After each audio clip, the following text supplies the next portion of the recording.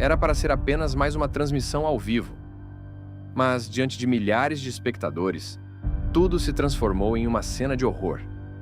Uma jovem sorridente minutos antes teve sua vida interrompida de forma brutal, e o mundo inteiro assistiu impotente. Quem matou Valéria Marques? Foi vingança, acerto de contas, ou um crime muito mais sombrio do que podemos imaginar? Hoje, vamos mergulhar nas pistas, nas contradições e nos segredos que podem revelar a verdade por trás de um dos casos mais chocantes dos últimos anos.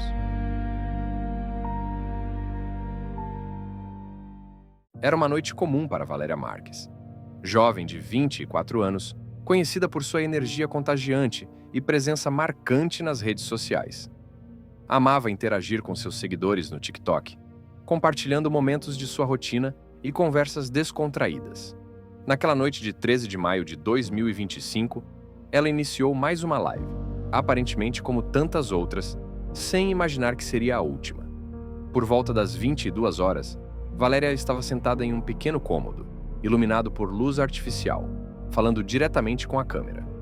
A conversa fluía de forma leve, mas alguns espectadores notaram algo diferente. Ela parecia inquieta, desviando o olhar para fora de quadro, como se prestasse atenção a sons vindos de outro ambiente.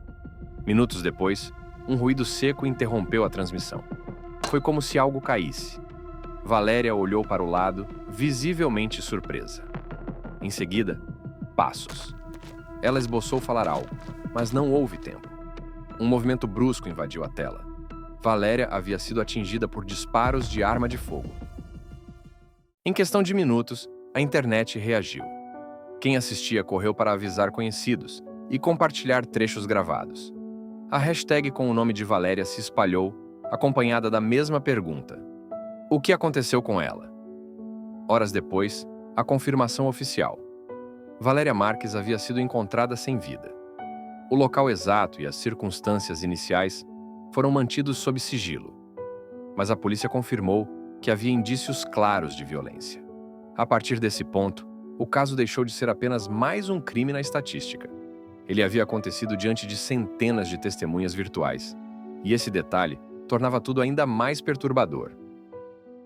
A polícia começou pelo que parecia ser a principal fonte de pistas: a live.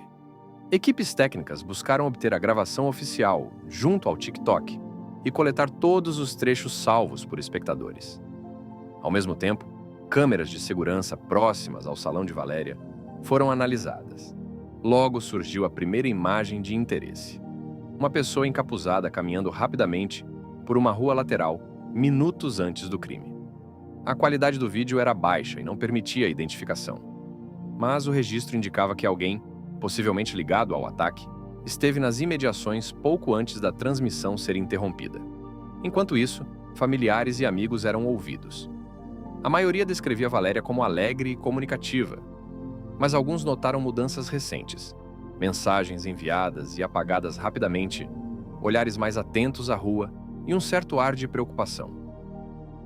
Conforme avançavam as diligências, a polícia e o Ministério Público confirmaram publicamente que trabalhavam com 3 linhas principais de investigação.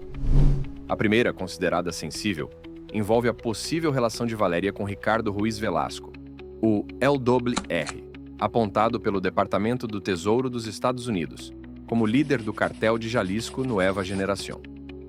Segundo o relatório americano, Ruiz Velasco poderia ter ordenado o crime, seja por motivos pessoais, seja por disputas internas do cartel. Há também a hipótese de que um cartel rival tenha arquitetado o assassinato como retaliação. Apesar do peso dessa suspeita, a Fiscalia do Estado de Jalisco afirma que não existem, até o momento, provas concretas que confirmem o vínculo, e que esta permanece apenas como uma linha em apuração. A segunda frente investiga motivações pessoais ou conflitos em relacionamentos passados. Essa hipótese ganhou força após depoimentos, que indicam que Valéria poderia ter enfrentado problemas pessoais e discussões recentes, ainda não totalmente esclarecidas. A terceira linha considera ameaças ou perseguições no ambiente digital. Devido à grande exposição pública de Valéria, os investigadores analisam mensagens recebidas por ela nos dias anteriores ao crime, algumas contendo conteúdos hostis e suspeitos. As autoridades mexicanas ressaltam que todas essas frentes permanecem ativas e que nenhuma hipótese é descartada. Porém, evitam divulgar detalhes para não comprometer o andamento das investigações. O avanço das investigações foi acompanhado de um silêncio calculado por parte das autoridades. Isso, por um lado, preserva o trabalho policial, mas, por outro, mantém a população em suspense e fomenta especulações nas redes sociais.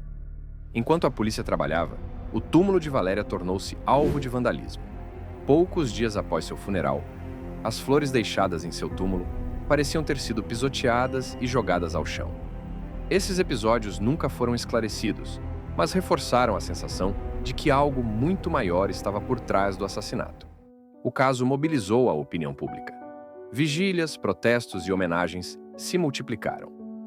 Rostos de Valéria estampavam cartazes pedindo justiça, enquanto vídeos compilando momentos felizes de sua vida circulavam acompanhados de músicas tristes.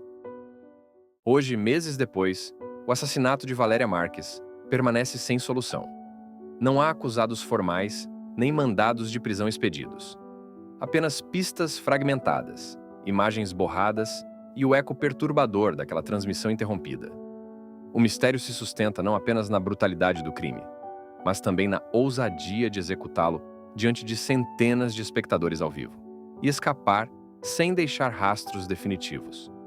O caso de Valéria Marques é, ao mesmo tempo, um alerta sobre vulnerabilidade digital e um desafio para as forças de segurança.